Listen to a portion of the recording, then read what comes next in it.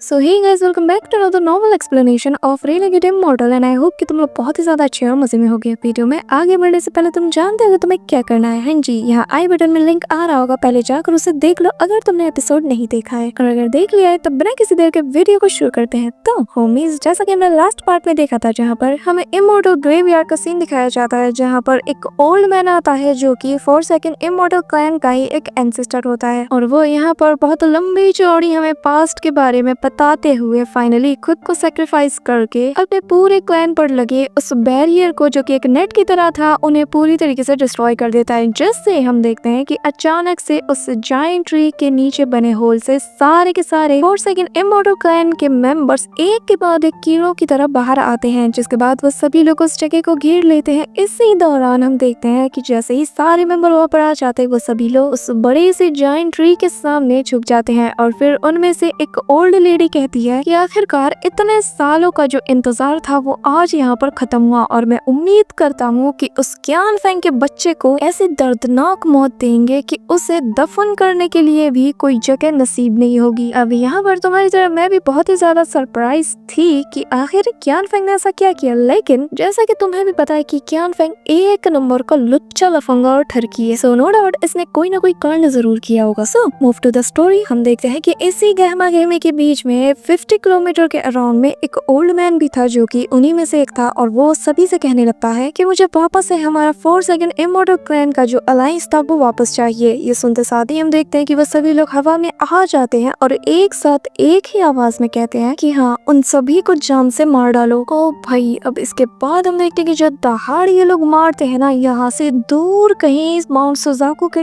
Top पर जो केव है जिसके अंदर की जो क्यूजी बैठा है, वो जब इस दहाड़ को सुनता है तो वो अपनी क्लोज डोर कल्टीवेशन से जाग जाता है, और फिर जैसे ही वो अपनी आंखें खोलता है वो इमीडिएटली हम देखते हैं कि हवा में आ जाता है, और वहाँ से वो अपनी नजर इमॉर्टल ग्रेवयार्ड की तरफ दौड़ाता है, जहाँ पर वो पाता है कि 4 सेकंड इमॉर्टल क्लैन के मेंबर्स अब सरफेस पर आ चुके हैं। यहाँ पर 4 सेकंड इमॉर्टल क्लैन के मेंबर्स को देखकर ज़ोक्यूज़ी कहने लगता है कि जो बचे कुछ मेंबर्स थे वो लोग अब यहाँ पर अपने प्राइड के लिए फाइट करना चाहता है, लेकिन जो हाल हमने इनके एंसेस्टर का किया था आज इनका भी वही होगा। इसी के इमीडिएटली हम देखते हैं कि वहाँ पर ज़ोक्यूज़ी एक टोकन को निकालता है, जिसके बाद वो उसके मल्टीपल कॉपीज को भी बनाता है, और फिर वो कहने लगता है कि मैं 14 जनरेशन ऑफ सुजाकू यहाँ मौजूद सभी के सभी कल्टीवेशन कंट्रीज को 4 सेकंड इमॉर्टल क्लैन के अगेंस्ट वॉर में बुलाता हूँ, क्योंकि 4 सेकंड इमॉर्टल क्लैन के अगेंस्ट सेकंड वॉर स्टार्ट हो चुकी है। इसी के साथ जैसे ही वो ये न्यूज स्प्रेड करता है, हम देखते हैं कि वहाँ मौजूद जितने भी कल्टीवेशन कंट्रीज थे उनके एंसेस्टर्स को ये न्यूज मिल जाती है, और जिनमें से कि एक हमारा दूतियान भी था जो कि सोल रिफाइनिंग सेक्ट का एंसेस्टर था, और जैसे ही उसे ये न्यूज मिलती है वो भी अपनी आंखें खोल लेता है। इसी दौरान हमें बाकी के मेजर सेक्ट्स को भी दिखाया जाता है, जिनमें से कि एक हेवनली जेड सेक्ट भी होता है। यहाँ पर हमें दिखाया जाता है कि इनका जो एंसेस्टर होता है वो बहुत ही ज्यादा पावरफुल होता है, और वो एक ब्लैक रॉब पहना हुआ होता है, और जैसे ही वो बाहर आता है वो कहने लगता है कि फाइनली वो दिन आ चुका है। यहाँ पर हमें ये भी बताया जाता है कि ये जो एंसेस्टर है ये एक एक्सटेंडेड लेवल का कल्टीवेटर है, जिसके की हेवनली जेड सेक्ट के सारे लोग बहुत ही ज्यादा रिस्पेक्ट करते हैं, और इसका नाम हमें चू युनफे बताया जाता है। इसी के साथ सुजाको कंट्री के ईस्टर्न साइड पर बसेस हमें अर्थ सोल सेक्ट के एंसेस्टर को भी दिखाया जाता है, जहाँ पर वो भी अब फाइट के लिए रेडी हो जाता है। इसी के साथ सुजाको कंट्री के हमें दूसरे सेक्ट जो कि इमॉर्टल पाथ सेक्ट के नाम से जाना जाता है उसका सीन भी दिखाया जाता है, जहाँ पर उन्हें भी ये न्यूज मिल जाती है। बेसिकली यहाँ पर 4 सेकंड इमॉर्टल ब्रांड के अगेंस्ट अब पूरा सुजाको दोबारा से वॉर में एंटर हो जाता है। मजे की बात यह है कि वांगलिन यहाँ पर सुजाको प्लेनेट के पास में जो छोटा सा प्लेनेट है वहाँ पर जोरू के साथ मौजूद है, क्योंकि उसका सारा फोकस इस वक्त बस ली मुआन की सोल को बचाने का है। एंड फॉर सम रीजन हमें यहाँ पे दिखाया जाता है कि दूतियान भी यहाँ पर वांगलिन के एब्सेंट से बहुत ही ज्यादा खुश होता है, क्योंकि वो नहीं चाहता सुजाको को उसके और वांगलिन के बीच में हुई डील के बारे में जरा भी भनक लगे, और अगर वांगलिन यहाँ पर होता तो वो जरूर से अपने उस 1 मिलियन सोल फ्लैग को यूज करता, जिससे ऐसा हो सकता है कि ज़ोक्यूज़ी को उसके बारे में सब कुछ पता चल जाए। इसी के साथ गाइस हमें पता चलता है कि यहाँ पर सुजाको प्लेनेट पर बहुत कुछ होने वाला है। इसी दौरान सीन शिफ्ट होता है और हमें वांगलिन को दिखाया जाता है, जहाँ पर हमें पता चलता है कि अब ली मुआन के सोल को अवेकन होने में बस 2 साल बचे हुए हैं, और इन बीते 2 सालों में हमें दिखाया जाता है कि जोरू बहुत ही ज्यादा चुपचाप सी रहने लगी थी। ऐसा लगता था कि मानो जैसे ऑलरेडी वांगलिन और उसके बीच में एक बहुत ही पावरफुल बैरियर बन चुका हो, और वो बैरियर था खामोशी का। यहाँ पर हमें दिखाया जाता जाता है कि जब जब वांग लिन जोरू की तरफ देखता था तो वो ली मुआन की नैनसन सोल को फील कर पा रहा था, जो कि अब धीरे धीरे अवेकिन हो रही है। साथ ही उसे ये भी नजर आ रहा था कि जोरू की जो ओरिजिनल सोल है वो भी अब धीरे धीरे वीक पड़ती जा रही है, और जिस दिन जोरू की सोल पूरी तरीके से डिसअपियर हो जाएगी, यानी ये वही दिन होगा जिस दिन ली मुआन फुली अवेकन हो जाएगी। लेकिन हमें यहाँ पर एक बात बताई जाती है कि वांग लिन नोटिस करता है कि बीते 1 साल में जो ली मुआन की सोल थी उसकी ग्रो होने की स्पीड पहले से बहुत ही ज्यादा स्लो हो चुकी है, जैसे कि मानो ली मुआन की सोल और जोरू की सोल को डिवोर करना ही नहीं चाहती। यहाँ पर वांग लिन अच्छे से समझ चुका था कि ये उसकी 1 ईयर ही है जो कि जोरू की सोल को डिवोर नहीं करना चाहती थी, क्योंकि ली मुआन की जो नैनसन सोल है उसने थोड़ी सी कॉन्शियसनेस को गेन कर लिया है, और इसी वजह से वो अपनी स्पीड को थोड़ा कम कर देती है, और वो नहीं चाहती थी कि एक बच्ची की सोल को वो डिवोर करे ताकि वो खुद जाग जाए। यहाँ पर वांग लिन अच्छे से जानता था कि ये उसी की चॉइस है, लेकिन वांग लिन भी बहुत जिद्दी था। हम देखते हैं कि वो अपनी स्पिरिचुअल पावर का यूज करके उसे रोकने की कोशिश करता है, जिससे उसकी नैनसन सोल अपनी नॉर्मल स्पीड से ही जोरू की सोल को डिवोर करना शुरू कर दे। यहाँ पर ये सब कुछ करते दौरान हम देखते हैं कि वांग लिन उससे कहने लगता है कि वान ईयर, मैं जानता हूँ कि तुम ये नहीं करना चाहती हूँ, लेकिन अपने वांग लिन पर भरोसा रखो, मैं उससे जरा भी नुकसान नहीं पहुँचाऊंगा। बस एक बार तुम पूरी तरीके से अवेकन हो जाओ, जिसके बाद मैं इसे वापस से उसकी फैमिली के पास छोड़ाऊंगा, क्योंकि मुझे यहाँ पर तुम्हारी नैनसन सोल को चाहिए, ना कि इसकी बॉडी। मुझ पर यकीन करो,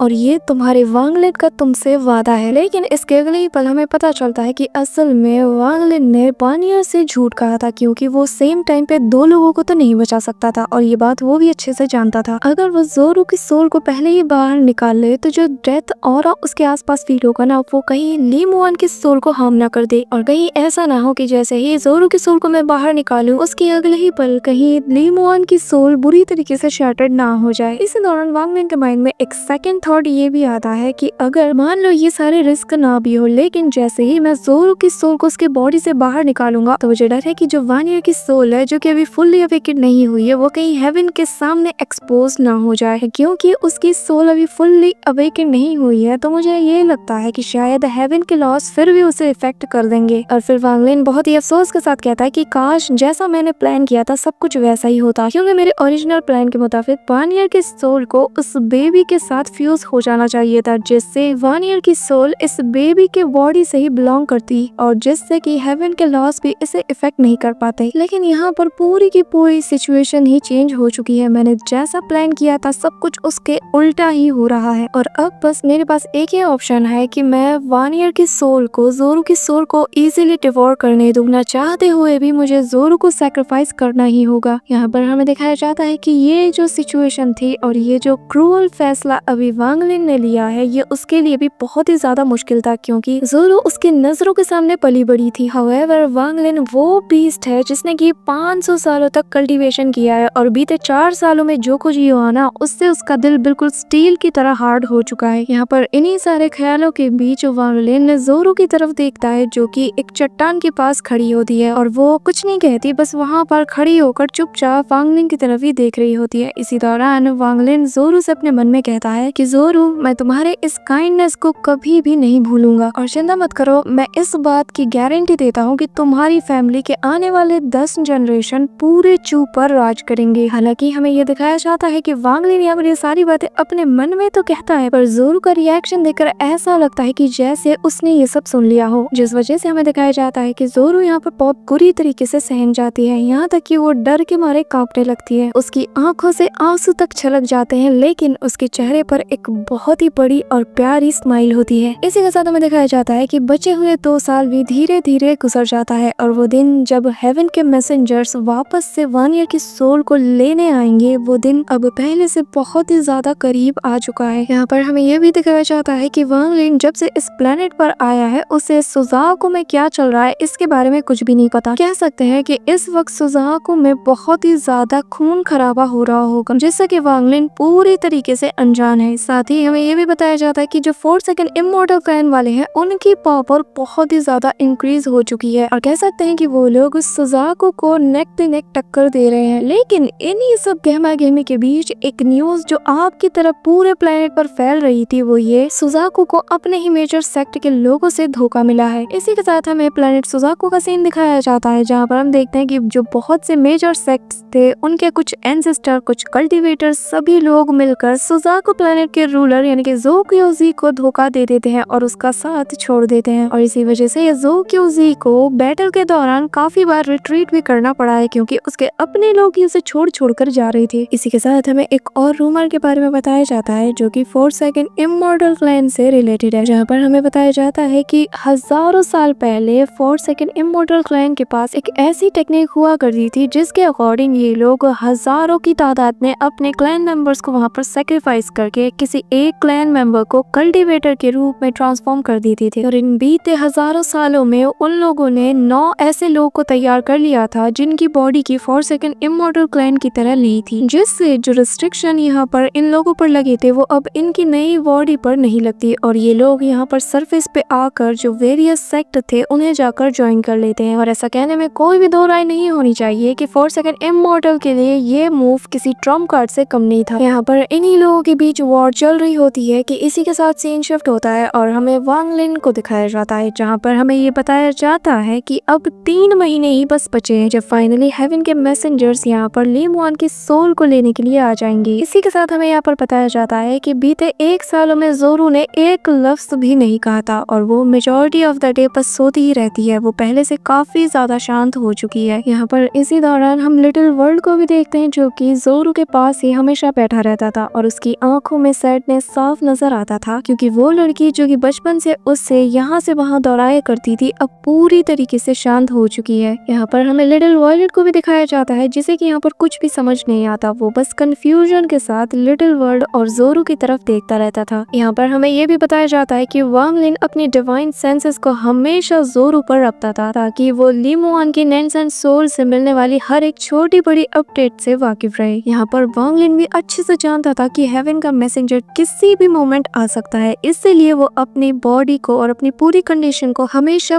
पीक पर रखता था क्योंकि वो जानता है कि किसी भी मोमेंट अगर हेवेंस आ गई तो वो इमीडिएटली बिना एक सेकंड जाया किए उसका सामना करे। यहाँ पर हमें ओरिजिनल बॉडी की तरफ से भी सेम कंडीशन का बताया जाता है, भले ही वो अंडरग्राउंड में बहुत डीप डाउन हो लेकिन उसने भी अपनी कंडीशन को पीक पर रखा हुआ था। यहाँ पर वांग लिन किसी तरीके से बस हेवन के मैसेंजर को इस बार जीतने नहीं देना चाहता था। इसी दौरान एक और महीना गुजर जाता है और हमें बताया जाता है कि ज़ोरू अब सोते वक्त जो कहती थी कि अंकल मुझे डर लग रहा है, अब वो ये कहना भी बहुत हद तक कम कर चुकी थी और मोस्ट ऑफ द टाइम जब भी वो ऐसी बातें कहा करती थी उसकी आंखों से अपने आप आंसू छलक जाते थे। यहाँ पर हमें बताया जाता है कि भले ही ज़ोरू 19 इयर्स की हो चुकी है और वो इतने ज्यादा ब्यूटीफुल तो नहीं थी लेकिन उसके चेहरे पे एक अलग ही मासूमियत थी, ऐसी मासूमियत की जो उसकी प्योरिटी को साफ जाहिर कर रहे होते हैं। इसी के साथ हमें बताया जाता है कि जो लास्ट मंथ था ज़ोरू उसे भी पूरी तरीके से सोते हुए गुजार देती है। हमें यहाँ पर बताया जाता है कि वो इस पूरे महीने में 1 सेकंड के लिए भी नहीं जागी थी। इसी के साथ ये भी बताया जाता है कि ली मुआन की जो नेंसन सोल थी अब वो उसे पूरी तरीके से डिवोर करना शुरू कर देती है और इस पूरे प्रोसेस के दौरान हमें दिखाया जाता है कि वांग लिन ने लिटिल वर्ल्ड और लिटिल वॉयलेट को सील्ड करके रख लिया था, साथ ही उसने उन दोनों को ज़ोरू से दूर रखा था ताकि वो लोग ली मुआन की नेंसन सोल की जो अवेकनिंग वाला प्रोसेस है इसमें कोई भी छेड़छाड़ ना कर सके। और इस पूरे प्रोसेस के दौरान हमें दिखाया जाता है कि फाइनल मोमेंट में वांग लिन ज़ोरू के पास खड़ा था। अचानक से वांग लिन के दिल में एक जोरदार पेन उठता है। जैसे ही वो ज़ोरू की तरफ देखता है उसे ज़ोरू के लिए बहुत ही ज्यादा बुरा फील होता है क्योंकि वांग लिन कभी भी ज़ोरू के साथ ऐसा करना नहीं चाहता था लेकिन उसके पास इसके अलावा और कोई चॉइस नहीं और ये बात वांग लिन भी अच्छे से जानता है। और जब वो ज़ोरू की तरफ देखता है तो उसे उसकी कही हुई कुछ पुरानी बातें याद आती है, जहाँ पर जब सबसे पहले ज़ोरू उससे मिली थी तो वो उससे पूछती है कि अंकल आप कौन है। और फिर वो मुलाकात भी जब वांग लिन ने ज़ोरू को उस ओल्ड मैन से बचाया था और ज़ोरू ने उससे कहा था कि मेरी जान बचाने के लिए अंकल आपका बहुत शुक्रिया। और फिर ज़ोरू की वो प्यारी प्यारी शिकायतें भी, जहाँ पर वो कहा करती थी कि अंकल आपने मुझसे प्रॉमिस किया था कि आप मुझे एक बहुत बड़ा टाइगर दिलाओगी। और एंड में ज़ोरू की वो इमोशनल कर देने वाली बात भी, जहाँ पर वो कहती है कि अंकल मुझे बहुत डर लग रहा है, क्या आप उस इंसान को मेरे अंदर से निकाल सकते हो। यहाँ पर ज़ोरू से जुड़ी बचपन से लेकर अब तक की सारी मेमोरीज उसके आसपास मंडराना शुरू कर देती है, जिन्हें याद करते साथ ही वांग लिन पहले से ज्यादा अपसेट हो जाता है क्योंकि वो ऐसा बिल्कुल भी नहीं करना चाहता था लेकिन अब बहुत देर हो चुकी है। इसी के साथ हमें इस फाइनल मंथ के लास्ट डे का भी सीन दिखाया जाता है, जहाँ पर फाइनली ली मुआन की सोल ने ज़ोरू की सोल को ऑलमोस्ट डिवोर कर ही लिया था। इसी दौरान हम देखते हैं कि वांग लिन भी वहाँ पर खड़ा होकर ये सारी चीजें देख रहा था और वो सेंस कर पाता है कि ली मुआन की सोल अब फुल्ली अवेकन हो चुकी है। इसी के अगले मोमेंट में हम देखते हैं कि अचानक से आसमान में ग्रे क्लाउड्स गैदर होना शुरू हो जाते हैं और वो सभी लोग यहाँ वहाँ से चारों तरफ से आकर एक जगह पर गैदर होना शुरू हो जाते हैं। हम देखते हैं कि आसमान पूरी तरीके से काला होना शुरू हो जाता है जैसे ही ये ग्रे क्लाउड्स आपस में मिलते हैं। इसी दौरान हमें उन बादलों के बीच से दो रेड आइज नजर आते हैं और इन दो आइज को वांग लिन बहुत ही अच्छे से जानता था। जी हाँ, यहाँ पर फाइनली 19 साल पहले जो मैसेंजर यहाँ पर ली मुआन को वांग लिन से दूर करने के लिए आया था वो यहाँ पर वांग लिन के सामने आज यहाँ पर ली मुआन को दोबारा से लेने के लिए अपीयर हो चुका है। यहाँ पर वांग लिन भी उन आँखों को देख ही रहा होता है लेकिन वो आंखें वांग लिन पर नहीं ठहरती बल्कि सीधा जोरू की तरफ जाती है और जैसे ही उसकी नजरें जोरू पर ठहरती हैं उसकी आंखें चमकना शुरू कर देती हैं। इसी के साथ गाइस हम यहाँ पे देखते हैं कि हेवन के मैसेंजर ने अपने उस जायंट हैंड को दोबारा से निकाल लिया होता है और अब वो जोरू की तरफ तेजी से बढ़ता है। इसी के साथ हम देखते हैं कि जैसे ही वांग लिन को इस बात की भनक लगती है वो बिल्कुल भी नहीं कतराता और बिना वक्त को जाया किए वो इमीडिएटली हवा में जंप करते हुए अपने जायंट हैंड से एक पावरफुल पंच को क्रिएट करता है। यहाँ पर वांग लिन तो तेजी के साथ बढ़ ही रहा होता है। दूसरी तरफ हम देखते हैं कि हवा में इमीडिएटली वांग लिन का वो लाइफ एंड डेथ स्क्रॉल भी अपीयर हो जाता है और हम देखते हैं कि उस स्क्रॉल से ग्रे कलर की गैस निकलना शुरू हो जाती है जो कि बहुत ही इंटेंस अमाउंट में निकलते साथ ही वांग लिन के सामने आकर गैदर होना शुरू कर देती है। इसी दौरान हम देखते हैं कि वो जो हेवन का मैसेंजर्स था उसका वो जायंट पाम तेजी से आकर उस स्क्रॉल से निकली हुई गैस से टकराती है। इसी दौरान वांग लिन तेजी से चिल्लाता है जो कि ऑब्वियसली वो गुस्से के साथ चिल्लाता है और इन दोनों के अटैक जैसे ही आपस से कोलाइड करते हैं तो धरती को चीर देने वाली जो आवाज वहां से निकलती है ना उससे आसपास एक